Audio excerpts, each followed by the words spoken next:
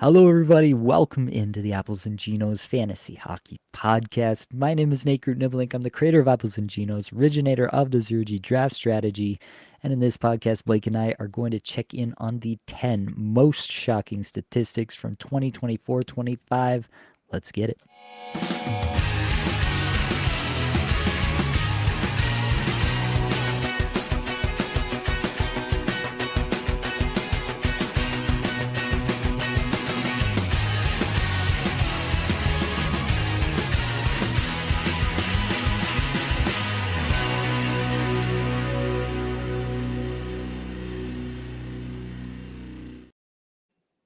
And of course, I have your friend and my best friend. It's Blake Creamer. Blake, how are we feeling tonight?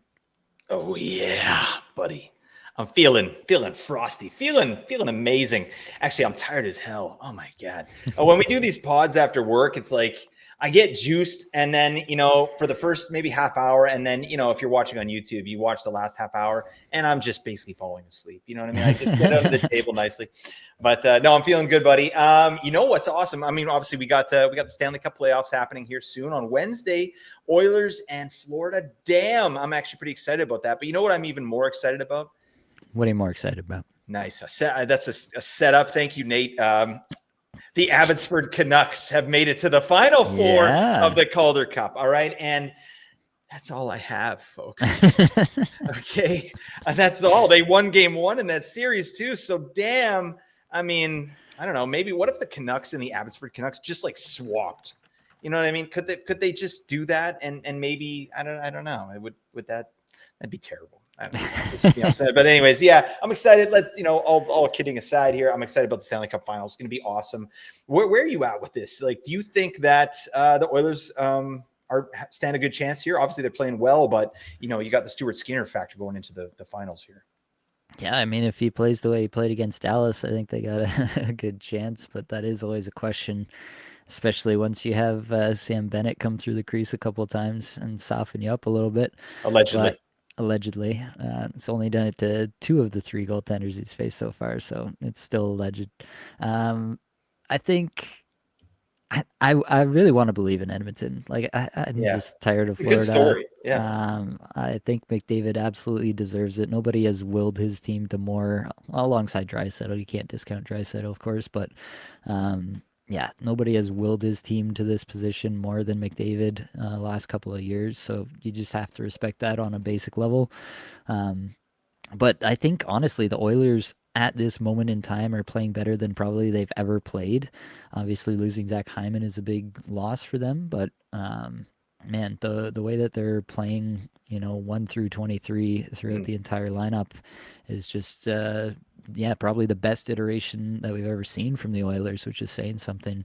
So I think they've got a chance. Like, I think it seems like reductive to say it this way, but I think it does come down to like, are McDavid and Draisaitl just that much better than anything Florida can put out against them? Because if they are, they can absolutely be the difference in this series once again. It's hard. You look at it though, like Barkov. Yeah, they got to go up against Barkov. I mean, this guy, he's unbelievable, man. Like I have a hard time going against Florida here. Yeah. Yeah. It just seems like they play to their identity better than any team in the league, and they have elite players to do that. It's going to be a great series. Like I do like Edmonton. I feel like they're a little more level-headed this time around. What do you think? Yeah. Yeah, I think that could be the difference. Just having been there once before, the way that Florida had been the year before when they first played Edmonton, right? So that could be a difference just mentally for Edmonton. But yeah, I think Florida is probably the favorite. I haven't seen any betting lines yet, but they probably are out there, and I would imagine Florida is probably the favorite, just given the display that they've put on powering through the Eastern Conference here. And yeah, it's hard to disagree with that, but the Canadian in me wants a McDavid Edmonton hometown win here, so I guess that's where I'm at. All right, I'm with you, buddy. All right, let's dig in here. 10 shocking stats from 2024-25. Honestly, this is kind of like me inventing a way to talk about a lot of players and interesting things, or things that I find interesting anyway. Maybe nobody else does, Blake, but We're together on this. And all if right. you and I are together, like, who the hell else cares? You know, I As mean, this is long all that as matters right here. as long as I have you, that's all that I know matters. you got me, buddy, forever. All right, All right, let's move on. let's dig in right off the top. Matthew Nyes had the biggest average time on ice increase of any forward at 4 minutes and 50 seconds. Huge increase there. Some other notables who also had big increases: Connor Garland over 4 minutes, Stefan Nason over 4 minutes. Obviously goes to New Jersey, plays on top power play for a lot of the season. Will Cooley almost 4 minutes. He played up the lineup as the Rangers were trying to figure out what was going on with their team all season long. And then Kent Johnson, 3 minutes 45 seconds average time on ice increase this year under Dean Evison. Obviously, he has a huge season as a result as well. But I think this is just an interesting stat to track, not because it's necessarily like something super predictable, but it is interesting to think about this and to think, looking ahead at next year, who are the players that could have a similar jump? And obviously, like Matthew Nyes, huge breakout year. Kent Johnson, huge breakout year. Will Cooley, huge breakout year. Stefan Nason, huge breakout year. When he was on the power play, he was really valuable. Then he came off it and he wasn't so valuable. But again, like you could see it coming in that regard. Connor Garland had a good year again after Great being year. largely irrelevant for fantasy the previous 2-3 seasons, I think. So yeah, obviously this is a huge deal for fantasy, right? And if you get more ice time, you will probably end up scoring a lot more points. So, with that in mind, Blake, do you have any ideas on who could have a similar jump next year? Well, yeah, I mean, we've got some names here in mind that we're thinking of, but even just really quick on before that is, I love how simple this stat is, time on ice, right? But it says a lot. It says a lot about the coach's confidence, and we talk about that a lot, and it's basic, but it means something. Right? It Yeah. absolutely means something. Like there are so many things that we can't quantify for fantasy. We don't know what's going on in the coach's head. We don't know what's going on in the dressing room. And so one of the only things we can see is like, oh, this person's ice time is trending up. And yeah, Matthew Nyes, holy man, like that's a big time vote of confidence. And it's also neat to see because there's a new coach there, right? And so when you get a new coach in town, who is going to, be the new coach's guy? And obviously Matthew Nyes fits that bill for Craig Berube in Toronto. So I really like to see that. Shout out to Connor Garland as well. All right. You got to give him his flowers, Nate. This man's like 4 feet tall. He's insane. All right. He's fighting guys out there. He went at Jacob Trouba. He doesn't give a damn. But it's just neat to dig in on these players and see why did this happen, right? And there's good reasons for all of these here. But in terms of who's going to maybe jump next year, like I don't know. I think we're looking at probably players that potentially go to other teams, right? This is going to be an interesting offseason. Like some of the top trade targets out there, or UFAs as well. Like you got Nick Ehlers, you got a guy like Mason Marchment who might be moving to another team. You got new coaches in Seattle. So what does that mean for Jared McCann? You got a new coach in Philly, right? Rick Tocchet. What does that mean for Mitchkov? And then even guys like Dylan Genther, Cole Perfetti, young guys who played really well, Perfetti particularly in the playoffs. Like, yeah, there's some good players here. I think if I had to guess, even just of those players that I just mentioned, I think that I like Dylan Genther. I think Dylan Genther's going to, especially towards the end of the season there, he was getting the 20-minute treatment. It was after he came back off injury there, and he just started rolling. And the coach was putting him out for big minutes. And that gave me a lot of confidence in the player because that was one of the things about Genther that we didn't like. Is like he's great per minute guy, amazing shot, elite shot actually, but he was only getting 60 minutes. Well, that kind of through the last quarter of the season that went up. So I really like Dylan Genther here. I think he could be one of the guys that gets the most minutes. I don't know. What do you think, Nate? Yeah, I like that one a lot. I want it to come true. I think the way that it comes true is if Genther ends up on the top line with Yeah. Keller. They did experiment with that. I like that, obviously, for him moving forward. Obviously, he pretty much has power play one locked down, I would say, at this point because of that shot and his ability to score on the power play with just that one timer or a quick release.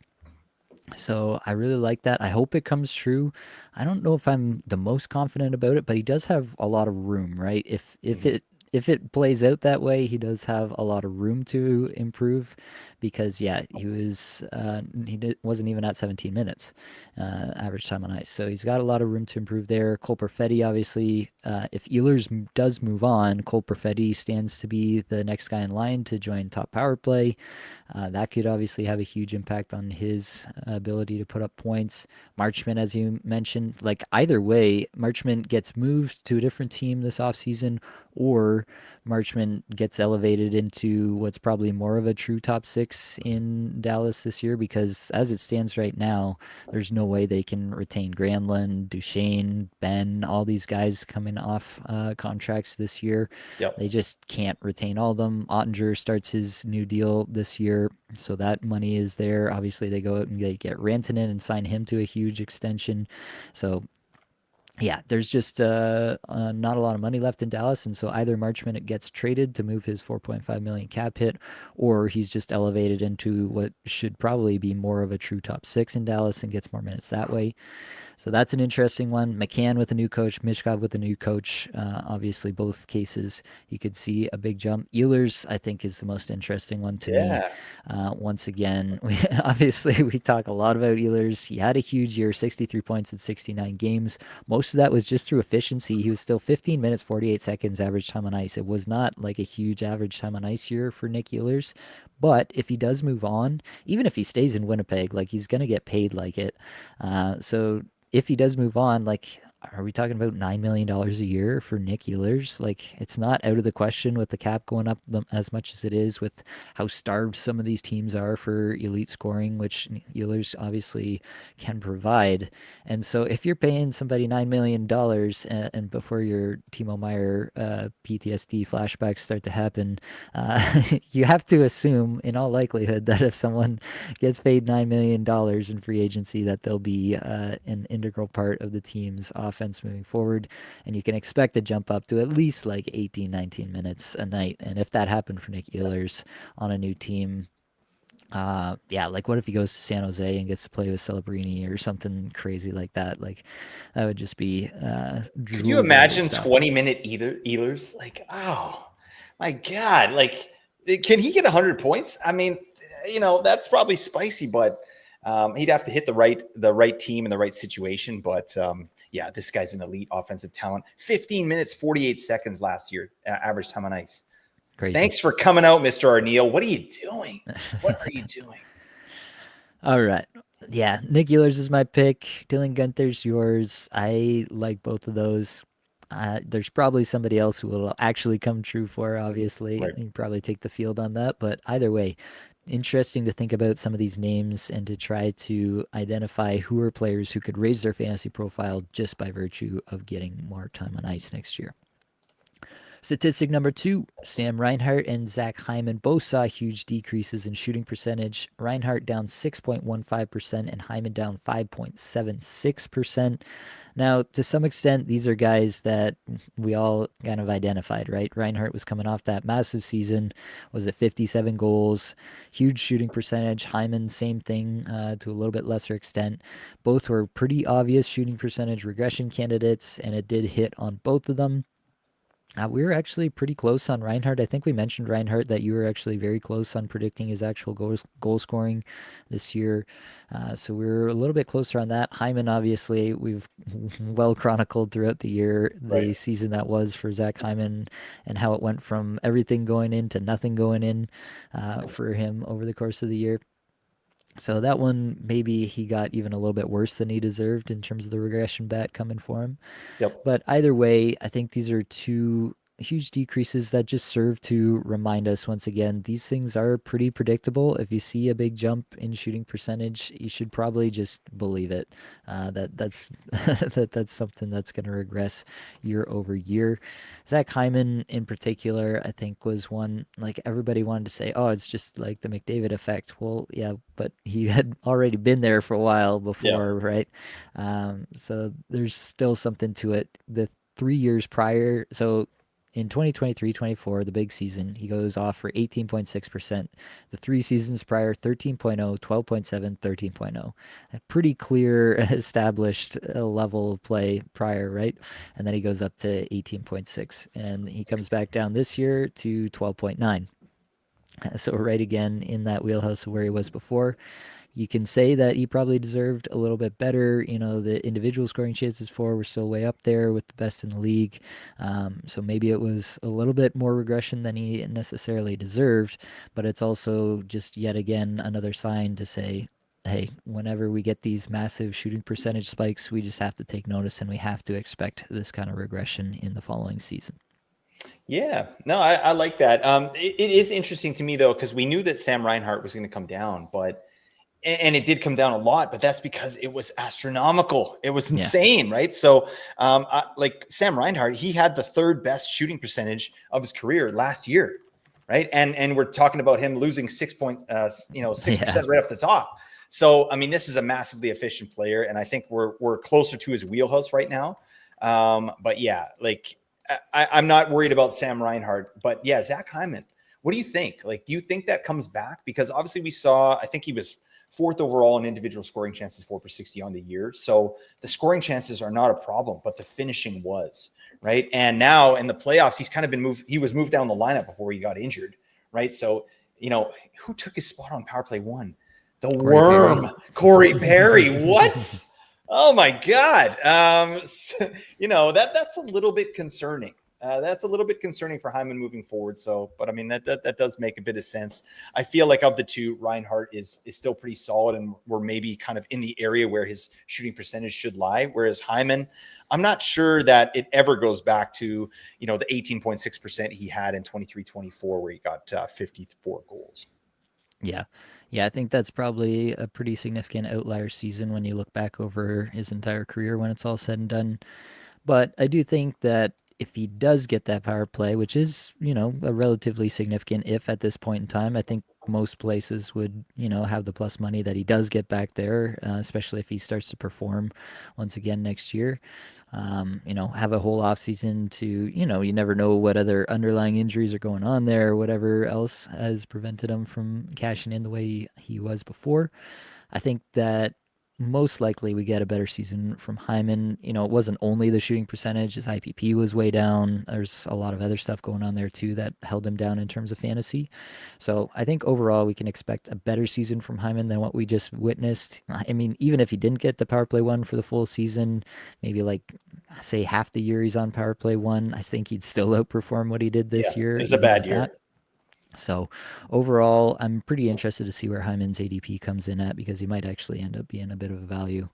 Other notables here, obviously Matthews goes down minus 6.06%. Coleman goes down minus 7.9%. Blake Coleman had a pretty big year the year before in terms of his shooting percentage. He's typically been, his previous best was 11.5% shooting percentage, and then in 23-24 he goes off for 15.6%. This year crashes all the way down to 7.7%, which is the second worst of his career. So probably somewhere in the middle he'll return to next year. And Nils Höglander, this one is wild. He shoots 20% in 23-24 and then comes back down to 9.6% in 24-25.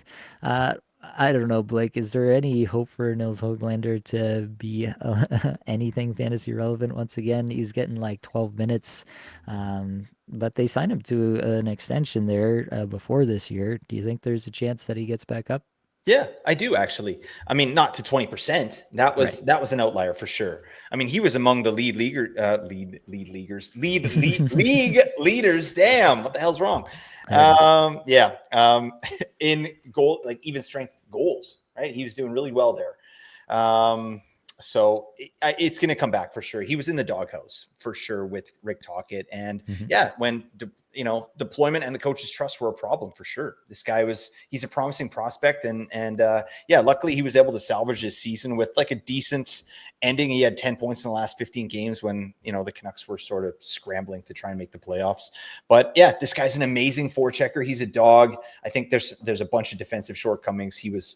He's not really good at listening to the coach. Reminds me of like, Andrei Kuzmenko, right? Like just going for, doing whatever he thinks is right. It's like, well, that's not going to get you ice time, my man. So it's all dependent on ice time and if he can get out of the doghouse. And I think, a fresh start with Adam Foote there as the coach. I think we'll see Nils Höglander in the top 6. And depending on what the Canucks do, I think he'll be in the top 6 at some point for a cup of coffee.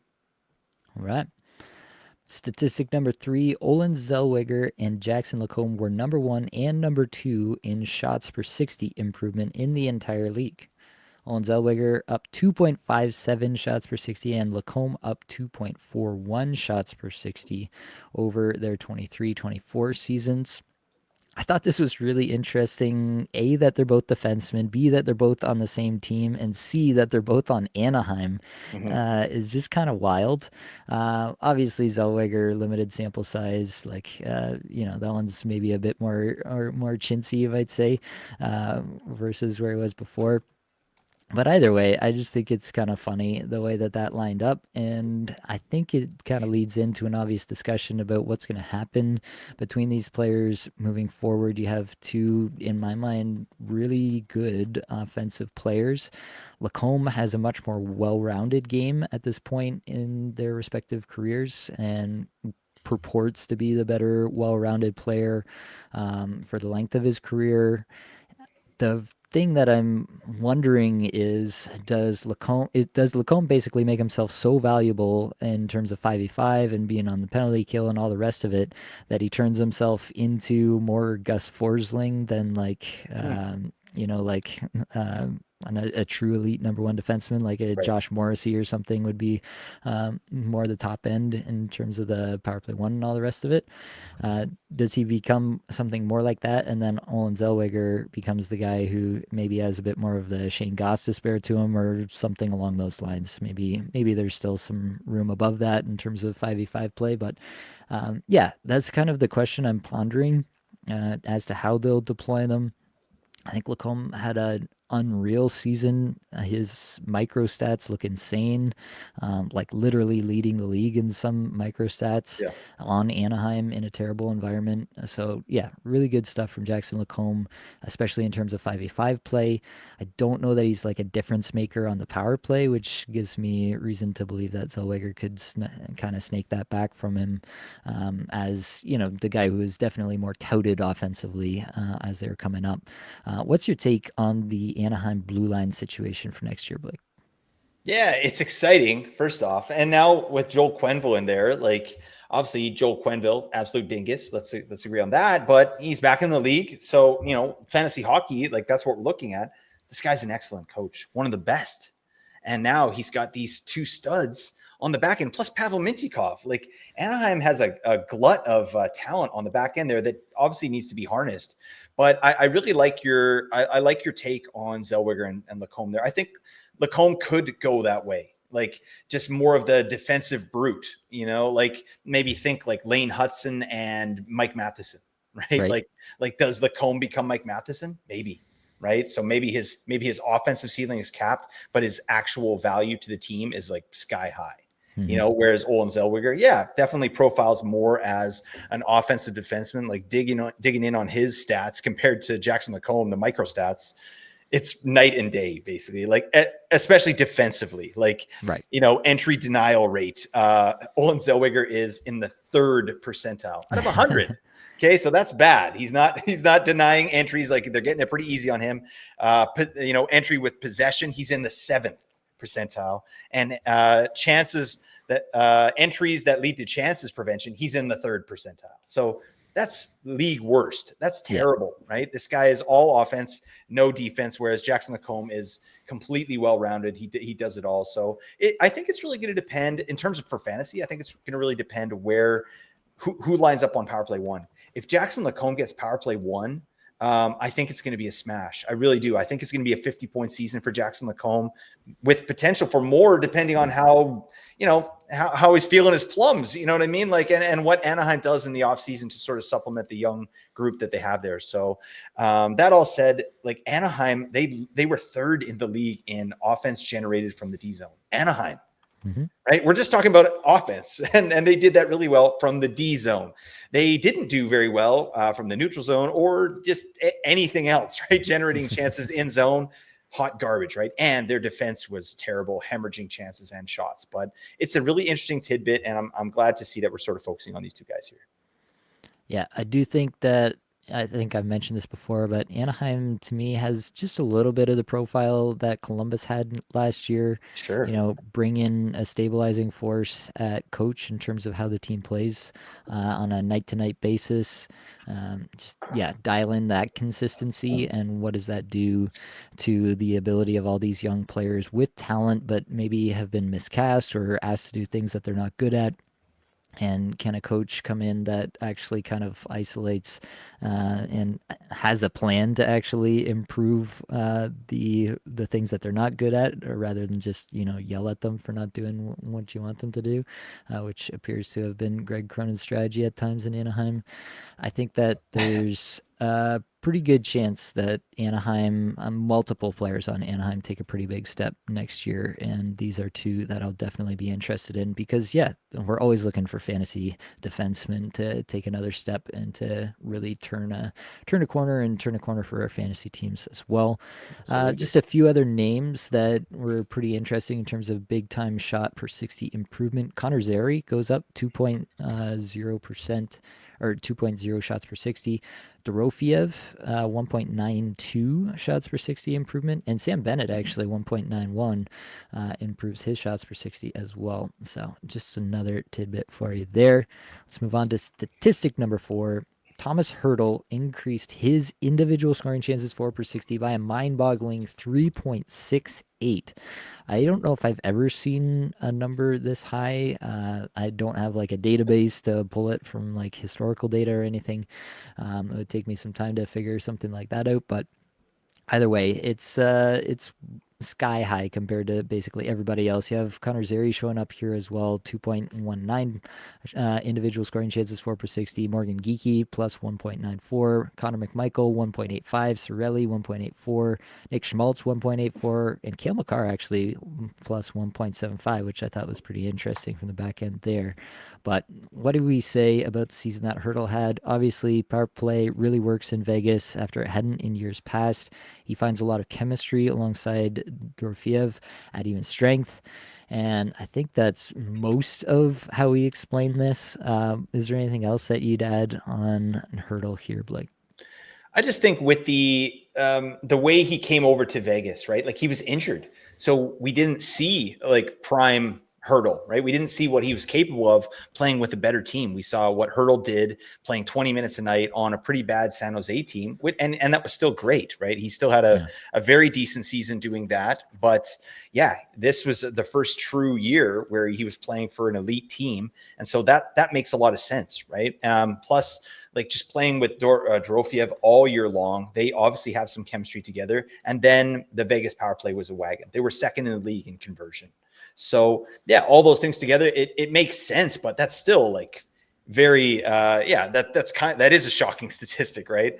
And I think, it says a lot about Hertl as a playmaker as well. Not only like he's generating his own shots and chances, but he's a great playmaker as well. And I think he was a big factor in Dorofiev's success, more so than Dorofiev was a factor in Hertl's success. I think Hertl was really the one kind of driving the bus there. And it was a healthy Hertl on a good team with an amazing power play. And this is a result. Yeah. 32 points, including 20 goals in the last 30 games for Thomas Hertl.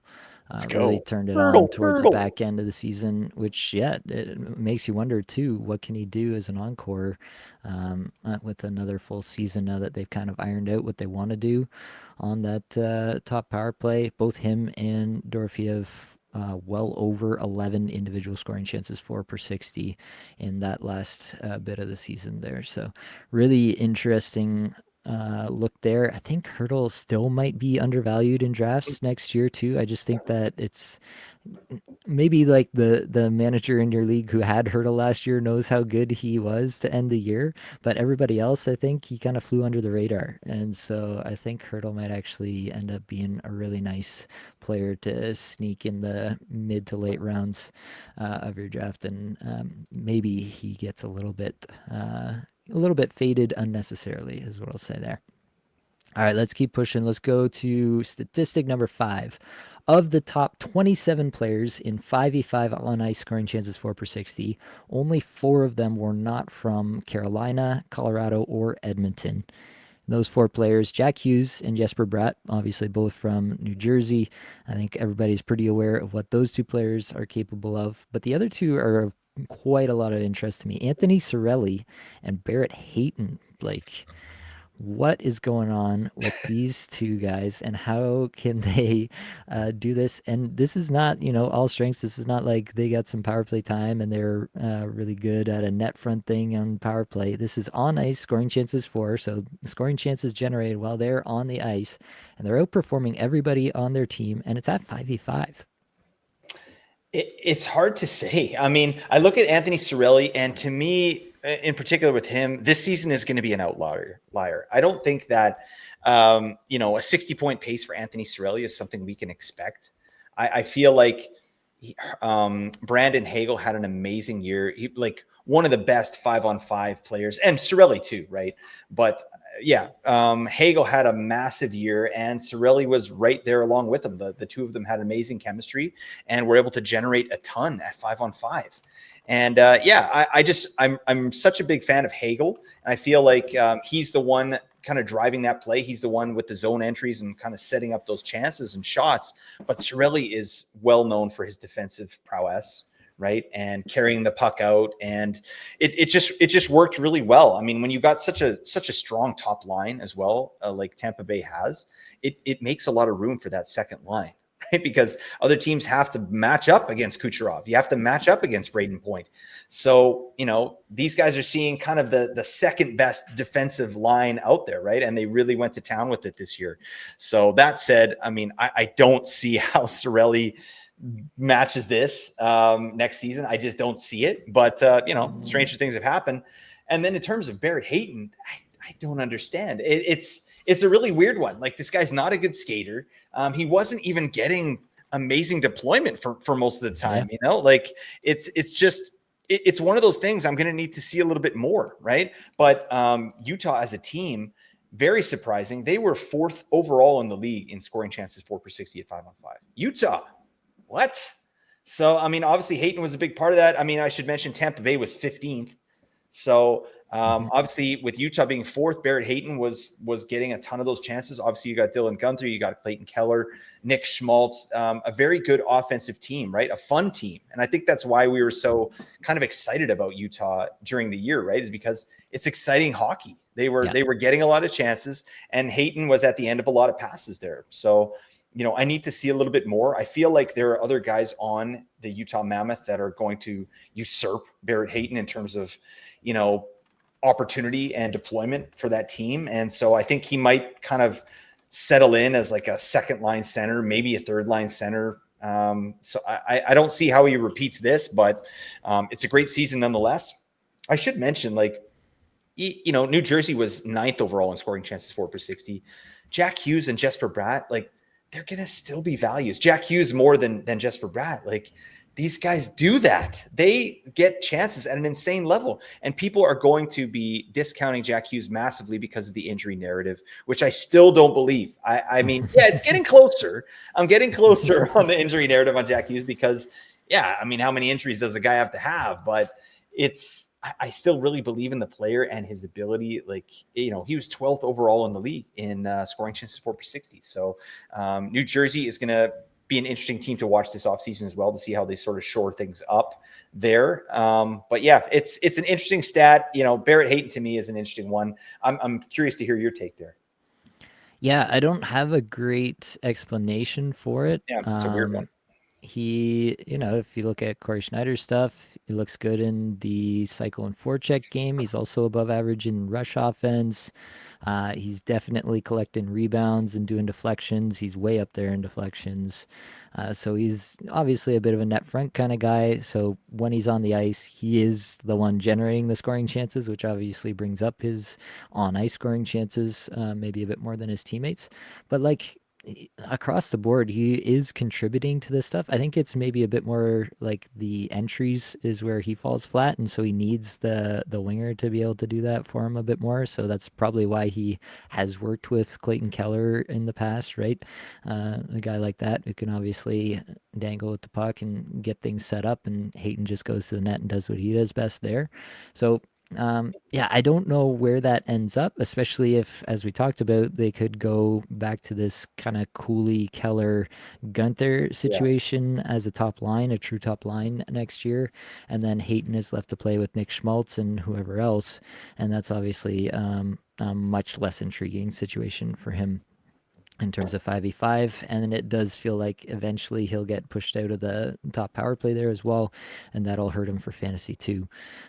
So yeah, it's not like me going out and saying like Barrett Hayton is a big time sleeper, because I think there's too many environmental factors here that it has to be perfect for him to actually produce for fantasy. He has to be on power play one. He has to be set up with a winger who can kind of do the hard stuff for him and let him get into the zone and let him get there and get set up. But yeah, he's consistently done it. Like this year was a big up for him from previous years, but it's not like he was bad at it before. He just had a really good year in terms of chance generation this year. Cerelli, I tend to agree with everything you said there. I just don't think like the problem with Cerelli is even when he has a 60-point year like this, where he paces for 61 points, I think it was. Um, it's just a spot where I don't think he's ever going to get power play one for any length of time in Tampa unless they have just massive injuries throughout the lineup, Mhm. which is probably a net negative for him overall anyway, since that would probably force, Verhaeghe up to the top line or something like that. So I just don't see a path where this is anything more than the ceiling for Anthony Cerelli, even if I think he's actually quite good and could potentially do more, given, a 20-minute a night power play one role on a team. Maybe there's like a 70, 75 point version of Anthony Cerelli in that scenario. I just don't think that scenario exists in Tampa. And so that's kind of where I'm at with him.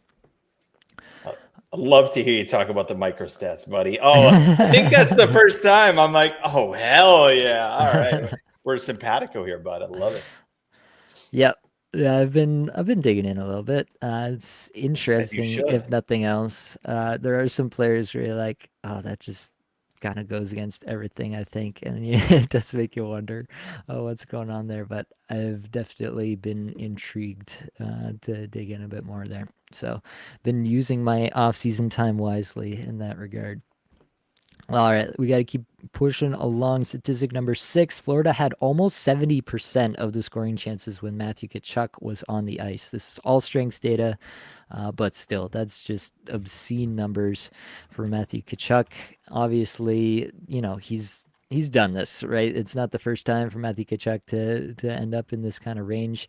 He skates 18-14 on average this year, so yeah, a good chunk of this time does come on the power play, where you expect that he's getting 90+% of his scoring chances on the power play, but still leads the league in this category. And yeah, just proving to be a dominant player year over year. Kachuk has the obscene stat here with almost 70%, but there are a few others that follow up closely behind him that are really interesting to me. Jackson Blake, 67.5% for Carolina, obviously in limited minutes. Carter Verhaeghe, 67.4%, even though it didn't result in anything for him. Mhm. And then Matt Barzal, 65.1% for Matt Barzal in the tire fire that was the New York Islanders this season. Matt Barzal really shows out when he's on the ice, like just dominating these stats. So, wanted your take on any and all of these players here, Blake. I know you're a big Barzal fan. You're talking about him a lot this year. I think like we talked too in season about him getting pretty unlucky, and obviously there's the injury there too, and obviously that doesn't help his fantasy profile. But are we looking at another season which Matt Barzal might be undervalued going into drafts? I think absolutely. I mean, he's coming off a 20-point season in 30 games. This guy's going to be left for dead. I bet you can get him after 120. Like this could be a silly, like one of these guys where you're like, how does this ADP even exist? Right. I think Matt Barzal is going to be a huge factor coming into fantasy this year. As long as he's fully healthy, I think this is a point per game player. He should be a point per game player. He's done that in the past. He got 80 points in 80 games in 23-24. Like that to me is floor Barzal. Right. And now we got, new owner or new GM there in Long Island, right? Patrick Waugh has been, given the vote of confidence for this upcoming season. We don't know what the team would have looked like with Barzal there because Right. he's not just the best offensive play driver on the team. He's one of the best offensive play drivers in the league. Like that's a fact. I mean, he's been unlucky, right? He's a bit of a chucker. He's not very efficient, but I tend to think that he's going to figure it out eventually. This guy's 28. Like, he was able to get 80 points in 80 games. That's great, but he still only shot 9.6% in that season. I think there is a world where he shoots in double digits again here, maybe closer to 12%, like a 30 goal season, maybe 90 points. I can see Barzal doing that as soon as next year. I'm just really big on this player, and this stat kind of shows it when he's out on the ice. Yeah, like 65%, of the scoring chances are when he's out on the ice. That's huge, right? I think that's a really key piece, and this is just a player I'm really excited about. I just hope he comes back fully healthy. It sounds to me like he will. There was one player I wanted to mention as well, Nate, that you neglected to mention, Timmy Stutz. Oh, buddy, Tim Stützle, right underneath Barzal there, 64.46% scoring chances when he was on the ice. I mean, come on. He's an underrated guy to me as well. Timmy Stutz, I think he's had a couple seasons where, yeah, you're not uber excited, right? 70 points in 23-24 and then 79 points last year. I still think that's a guy that has like 85 to 90 point potential. He's done it before, and I think he could probably get back there again if Ottawa could figure out their play at 5-on-5. I mean, what the hell are they doing? Power play's good. Let's just can we figure out the even strength play? But anyways, I wanted to shout out Timmy Stutz. What do you think about Timmy Stutz, Nate? Yeah, I like Stützle for what he is. I don't like him for what everybody thought he was after that one huge season. Yeah, I think probably the pendulum swung back too far this past season for him, and he got a little bit unlucky in that regard. And so, yeah, I mean, I feel like he's got enough name brand that he's not going to be a big time value in drafts. So there is that aspect to it. But yeah, I do think that probably he has a better season in store than what we just got. He did end the season on a hot streak. Maybe there were in-season injuries that kind of played into what happened there. Either way, I think, yeah, he's a point per game player in my mind with potential to get up to 90 in any given season on some good percentages. So I don't think my expectations of Stützle have changed much over the last couple of years. All right, that's fine. All right, let's move on. Statistic number 7. We alluded to it, but Carter Verhaeghe, he ranks 9th in the league in total individual scoring chances for. So across the entire season, just raw count, 9th in the league in that category, individual scoring chances for, but ties for 127th in actual goals scored. Only ends up with 20 goals. Does Carter Verhaeghe, barely reaching that plateau in 81 games played. Yeah. So, I've kind of repeatedly throughout this season referred to Carter Verhaeghe as the unluckiest player in the NHL. I stand by that. I think he was probably the single unluckiest player in the entire NHL this past season. We've seen multiple years of him producing at a really high level before, and I think that we probably get a little bit more vintage Verhaeghe next year. He's having a pretty good playoffs here. He's got 6 goals, 14 points in 17 games in the playoffs, so he's kind of resurrected things a little bit in the playoffs where typically, scoring goes down a bit. So that's been good to see that, he can turn it back on in the playoffs a little bit and get back up. But yeah, I mean, just the shooting percentage drop off this year through his first 5 seasons. I think I've done this stat a few times before on the it's pod. Worth doing again. 15.8 his first season shooting percentage, 16.8 the next year, 14.4 the next year, 15.3 the next year, 13.8 the next year, and then 8.3 this past year. Just massive drop off, unlike anything we've seen from him in years prior. The prior 2 years, he scores 42 and 34 goals, drops off to 20 this year. I'm predicting at least 30, 35 this year once again. The time on ice hasn't really changed. He's still, one of the top options, if not constantly on power play one. We'll see what they do with Sam Bennett this year, this offseason, which has been some of his competition for that final power play spot there in Florida. Either way, I'm going to be big time into Carter Verhaeghe. I think in casual leagues, he's going to get faded into oblivion, like end of the draft kind of situations, and you're just going to pick him up for free and love life there. All right. The next one up, like statistic number 8, is Jack Eichel. He decreased his shots by 4.1, his shots per 60, I should say, by 4.1. Massive drop off in shots. He decreases his individual scoring chances for by 1.65. Pretty big drop off there. But he increases his points per 60 from 3.16 to 3.57. Has a career year essentially, like just goes off. Where did he rank at the end of the season? 8th in the league in total points. Scores 94 points in 77 games. Just like completely like reorients himself from a volume shooter into a volume passer, I guess, and becomes one of the premier setup men in the entire league. And yeah, I'm kind of struggling to understand what to make of this. They changed the power play around, I guess, a little bit to make him more of a facilitator there. Dorofeev comes online, and his shot is a huge weapon, so they obviously highlight him. They highlight Hurdle from the bumper spot and let Eichel just kind of move around and set everybody up, and that works, so I don't see why that would change. But it's not just that, it's the 5v5 play. What do we make of Jack Eichel? Do you think that this was at all predictable, or is this just one of those weird statistics that's a huge outlier based on what we've seen from him prior? To me, it's more of like a data point of what Eichel can do. And it makes me think about, he's not Connor McDavid, but it makes me think about superstars like Connor McDavid and their ability to change their game, right? Like McDavid decides one year he wants to lead the league in goals. Then the next year he's leading the league in assists, same with Draisaitl, right? And I think there's such value. I mean, this is common sense, but like having a superstar player on your team, like a Mikko Rantanen with Dallas or a Jack Eichel on Vegas, that they have the ability to change up their game and provide whatever's needed from game to game, week to week, year to year. And I think what ended up working for Vegas this year was Eichel as a facilitator. He has that in his bag. I think it's always been in his bag. It's just he's been on worse teams, right? When his big years in Buffalo, like they needed him to shoot the puck. You have to shoot the puck.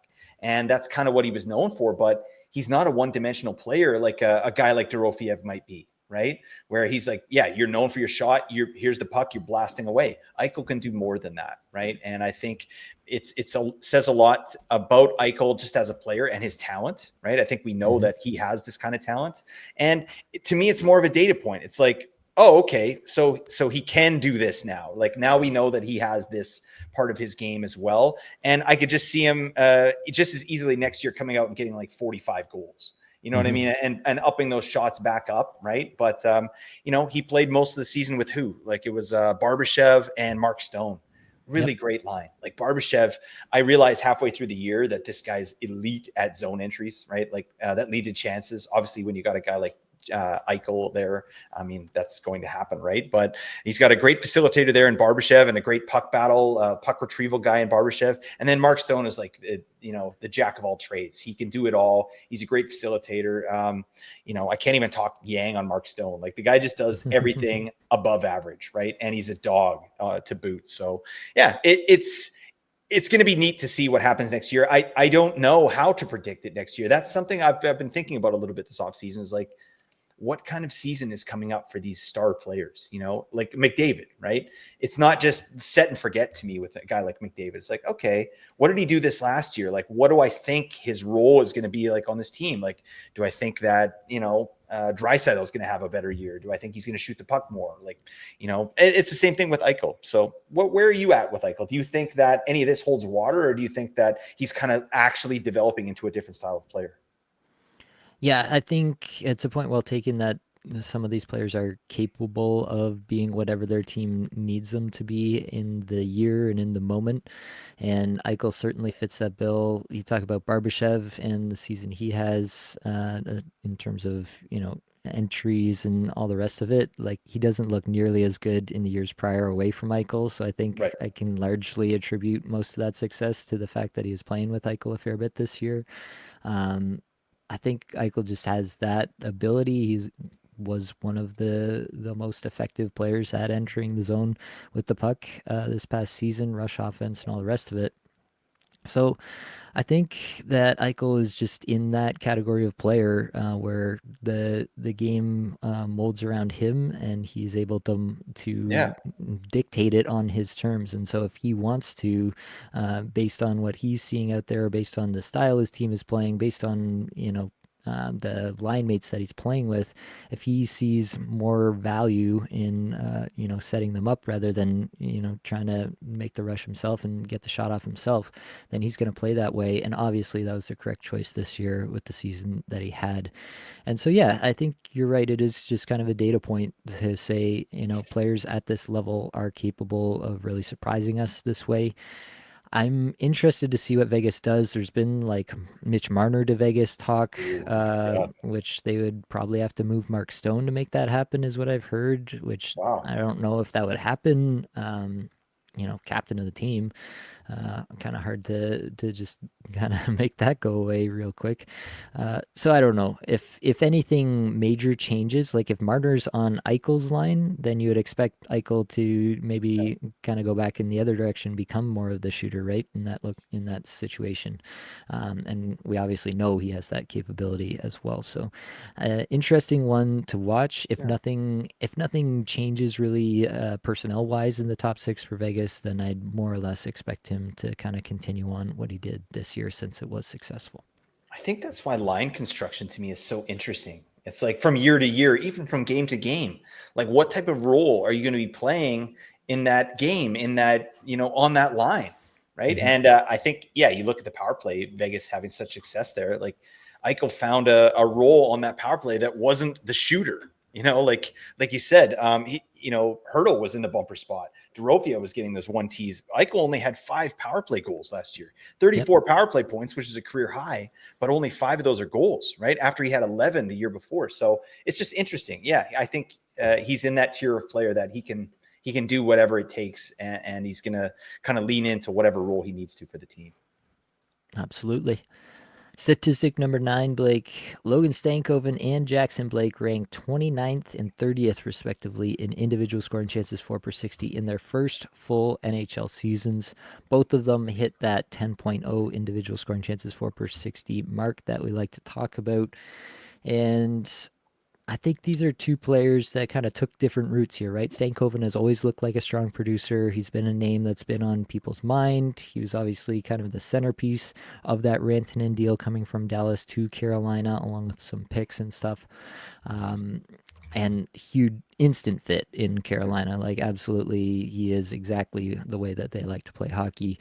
And you see that throughout his time there and into the playoffs. Then you have Jackson Blake, has not really come up a conventional way. University of North Dakota, not even one of the top programs in terms of the U.S. college hockey system. He ends up having 60 points in 40 games. I should double check that stat, but it was something around there. It was a pretty good season for him.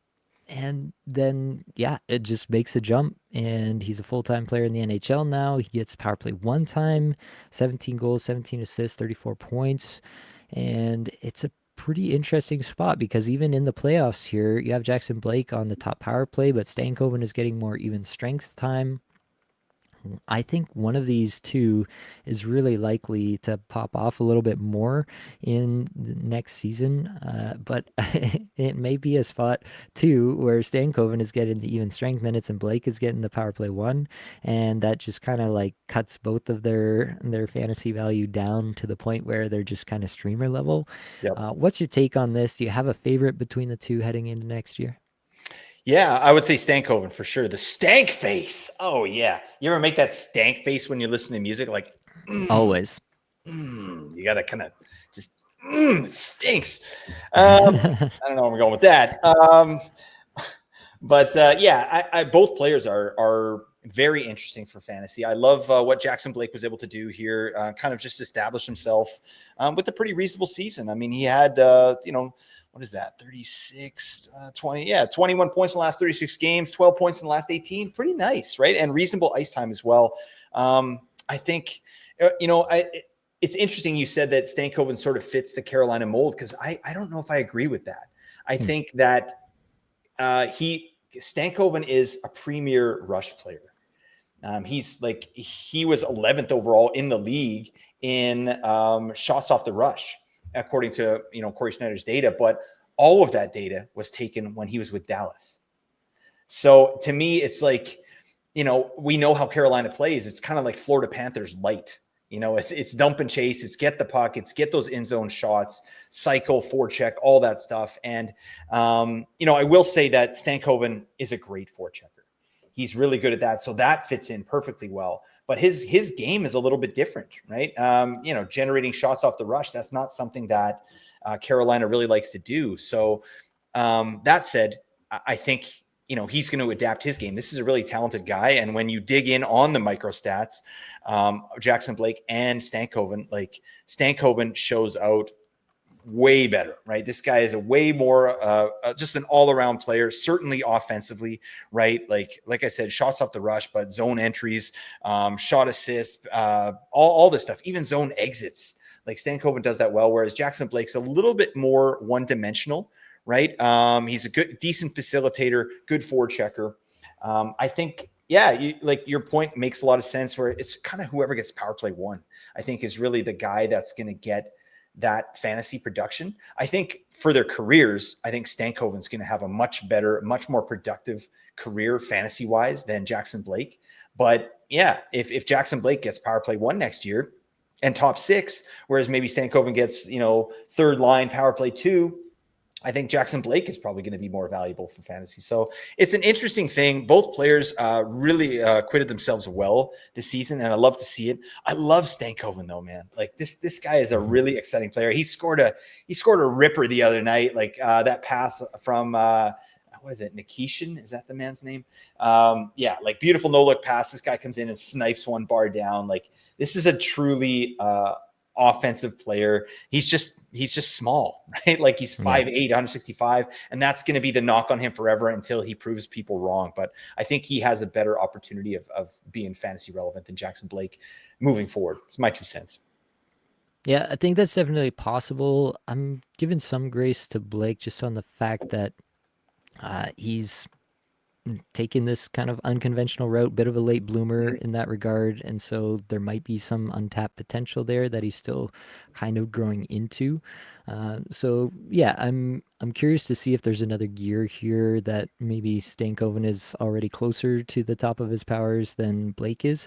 I don't know if that's true, but I'm at least holding space for that possibility.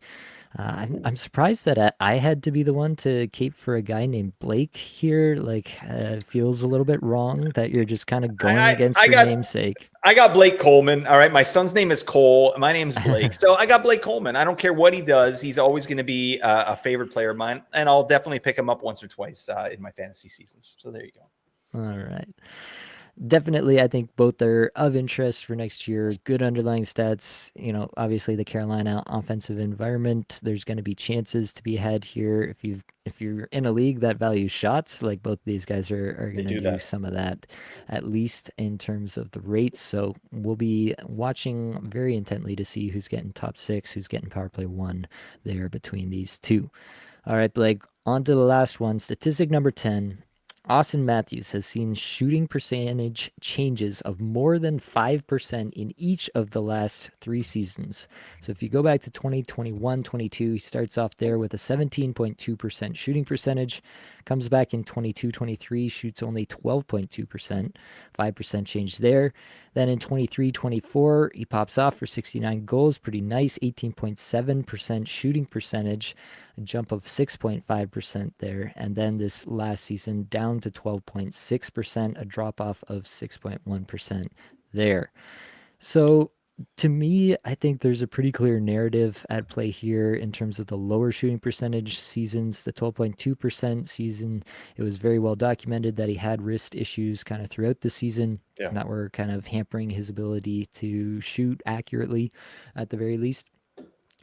So that was the narrative there. And then this past year, we all know he still never really found out exactly what the injury is. People have speculated about it being continuing wrist injuries or a back injury because of the way that they talked about it, like flaring up.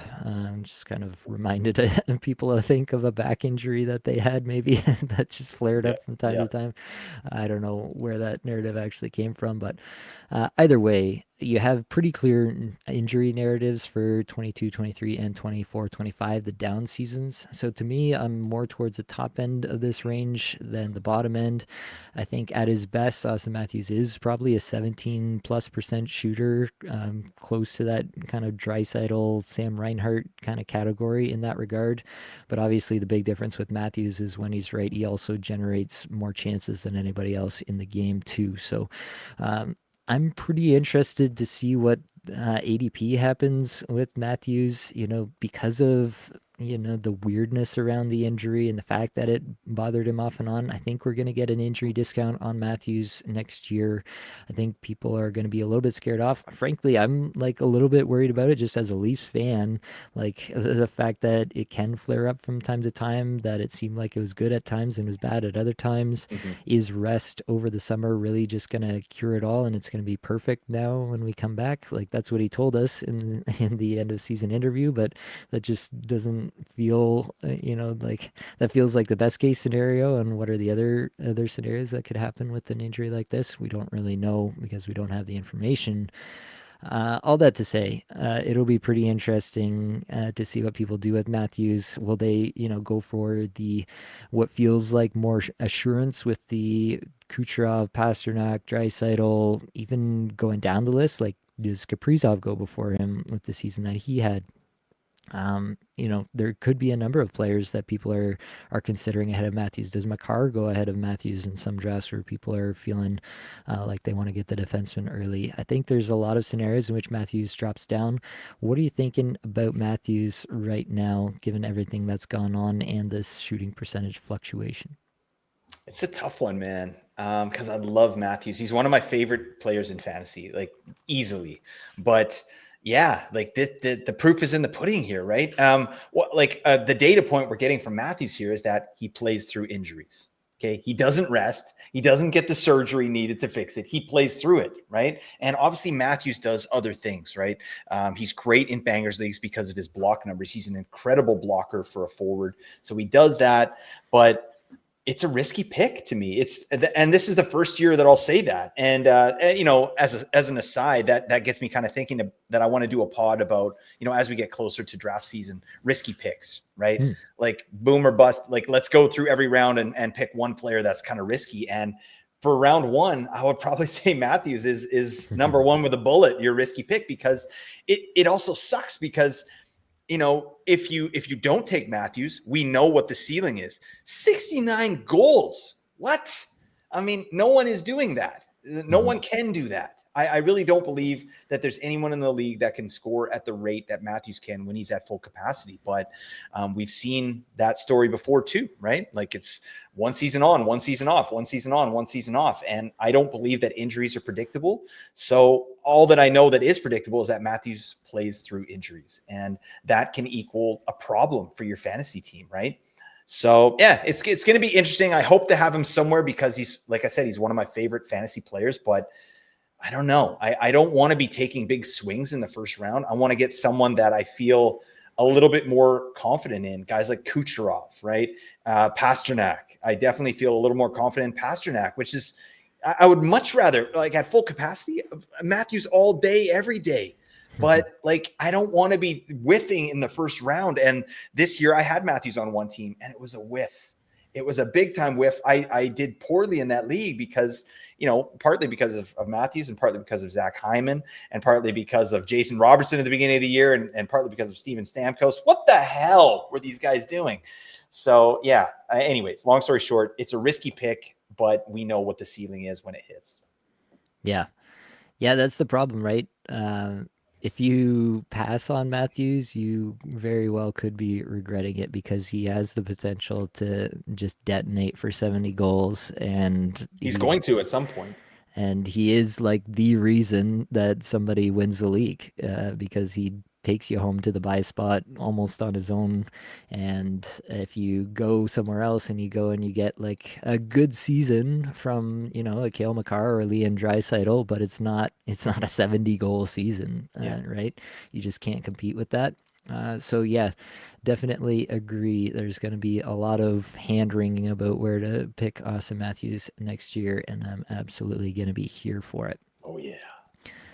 All right. Well, we've reached the end here. If you have made it this far, click the link in the description. Join the Discord community. Come talk fantasy hockey with us. Tell us where you would draft Austin Matthews in your drafts next year. Like, rate, review, subscribe, comment, whatever you can do for us really does help the channel out.